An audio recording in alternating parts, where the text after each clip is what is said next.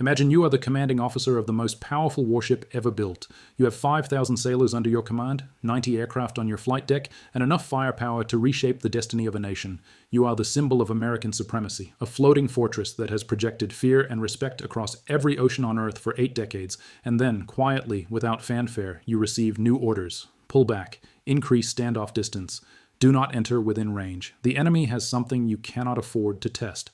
That moment, that silent retreat, is happening right now in the waters around the Middle East, and the weapon forcing America's most powerful military asset to blink is not a stealth fighter, not a submarine, not a nuclear warhead. It is a small, fast, cheap, and terrifyingly unpredictable missile the Pentagon has begun calling a Squirter. To understand why this matters, you have to understand what an aircraft carrier actually represents. A Nimitz-class or Gerald R. Ford-class supercarrier is not just a ship, it is a declaration of intent. When the United States sends a carrier strike group toward a crisis zone, the message to every government on Earth is clear and absolute. America is watching, America is ready, and America will win. This has been the cornerstone of American deterrence since the end of World War II. 11 nuclear-powered supercarriers, each one surrounded by a constellation of destroyers, submarines, and cruisers, have been the ultimate insurance policy of the Western-led global order. They have suppressed conflicts, ended wars, and kept shipping lanes open across every ocean. Their very presence has been enough to change the calculations of adversaries. But Iran has spent the last 20 years designing a weapon specifically to break that psychological equation. The Iranians call their broader ballistic and cruise missile arsenal a wall of steel. Western analysts call their most unpredictable anti-ship variant a Squirter because of the way it behaves in the terminal phase of flight. Unlike a conventional anti-ship missile, which follows a predictable ballistic arc or a low sea-skimming trajectory that experienced naval crews have trained against for decades, a Squirter performs erratic, high-speed evasive maneuvers in the final seconds before impact. It jinks, it dives, it accelerates. It changes course in ways that are designed specifically to defeat the radar-guided close-in weapon systems that a carrier strike group depends on for last-ditch defense. The Phalanx CIWS, the RIM-116 rolling airframe missile, even the advanced SM-6 interceptors carried by Arleigh Burke-class destroyers. All of these systems were engineered against a missile that flies predictably. A Squirter is deliberately, ingeniously, maddeningly unpredictable. But this is where things become more dangerous. Iran does not intend to fire one of these missiles at a carrier. Iran intends to fire hundreds of them, simultaneously, from multiple directions, from land-based launchers scattered across the Iranian coastline, from fast attack boats hidden in the maze of islands and inlets along the Persian Gulf, and from drone motherships operating in the Gulf of Oman. The doctrine is called saturation attack, and it is not a new concept. The Soviets pioneered it during the Cold War, but Iran has refined it to a degree that has genuinely alarmed American naval planners. The logic is brutal and simple. Even the most sophisticated missile defense system in the world has a finite reload rate, a finite number of interceptor missiles, and a finite ability to track and engage multiple fast-moving targets simultaneously. If you fire enough projectiles from enough angles at enough speed, something gets through. And on a warship carrying 5,000 people and 90 aircraft loaded with jet fuel, a single successful hit can be catastrophic. The geography of the Persian Gulf makes this calculus even more unsettling. The Gulf is approximately 900 kilometers long and, at its narrowest point near the Strait of Hormuz, barely 50 kilometers wide. For a supercarrier that needs open water to maneuver, to launch and recover aircraft, and to maintain the kind of tactical flexibility that makes it effective, the Persian Gulf is essentially a shooting gallery. Iran's coastline runs along the entire northern shore, its missile batteries are dug into mountains, hidden in tunnels, and dispersed across dozens of hardened sites that would take days of sustained airstrikes to neutralize, assuming they could even be found. American satellite surveillance is excellent, but Iran has spent years studying American surveillance patterns and timing its concealment accordingly. What happened next changed everything in terms of how the Pentagon evaluates the carrier's survivability in a contested nearshore environment. In late 2023 and through 2024, as the conflict in Gaza ignited a broader regional confrontation and Iran-backed groups launched sustained drone and missile campaigns against American military bases across Iraq and Syria, the United States deployed carrier strike groups to the eastern Mediterranean and the Gulf region in a show of force. But analysts who tracked the movements of these carriers noticed something remarkable. The USS Dwight D. Eisenhower and later the USS Gerald R. Ford, instead of moving into the tight confines of the Persian Gulf as American carriers have historically done during moments of regional tension, maintained significantly greater standoff distances. They operated well out into the Arabian Sea, their aircraft conducted strikes and patrols, but the ships themselves, the irreplaceable, impossible-to-replace platforms at the center of each strike group, stayed further back than any previous deployment in the region's modern history.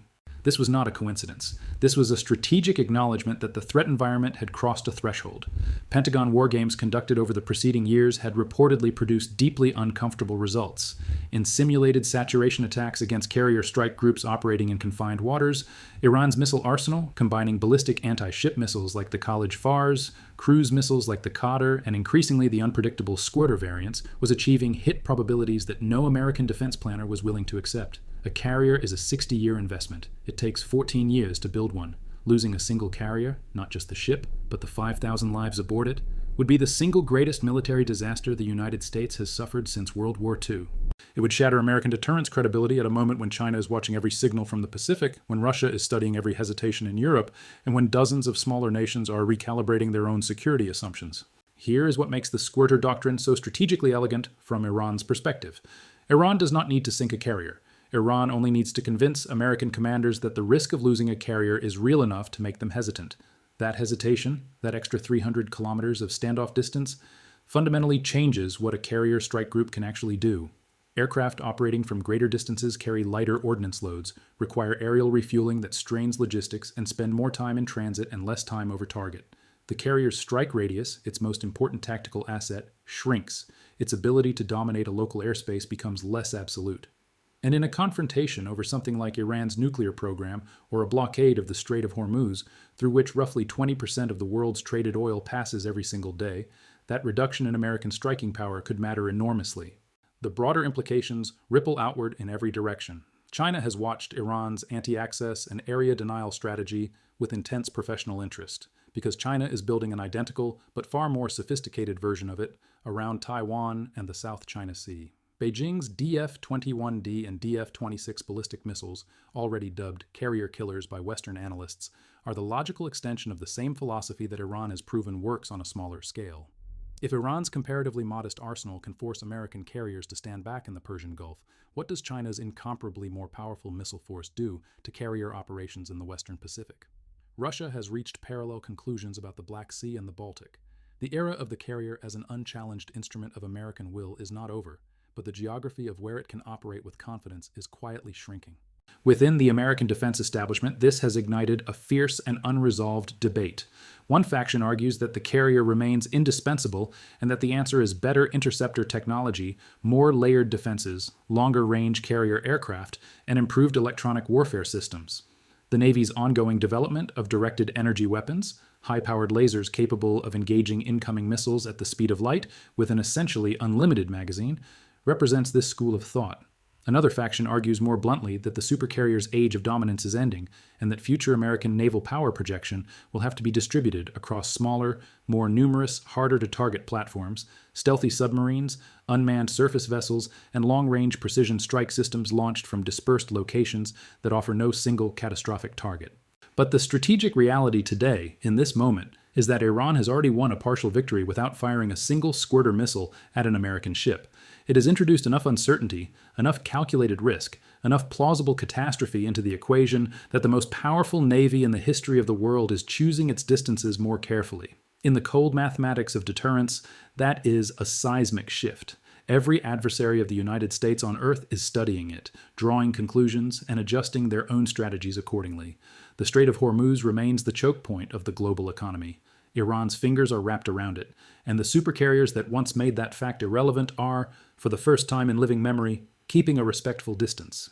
What comes next will define the next chapter of naval warfare. Either the United States solves the saturation missile problem through technology, doctrine, and investment, or it accepts that certain oceans, certain straits, certain crucial waterways are no longer as freely navigable as they once were. Either outcome reshapes the world, because when the most powerful warship ever built starts choosing its battles more carefully, every nation on Earth notices, and the ones who notice most carefully are the ones already building their own walls of steel.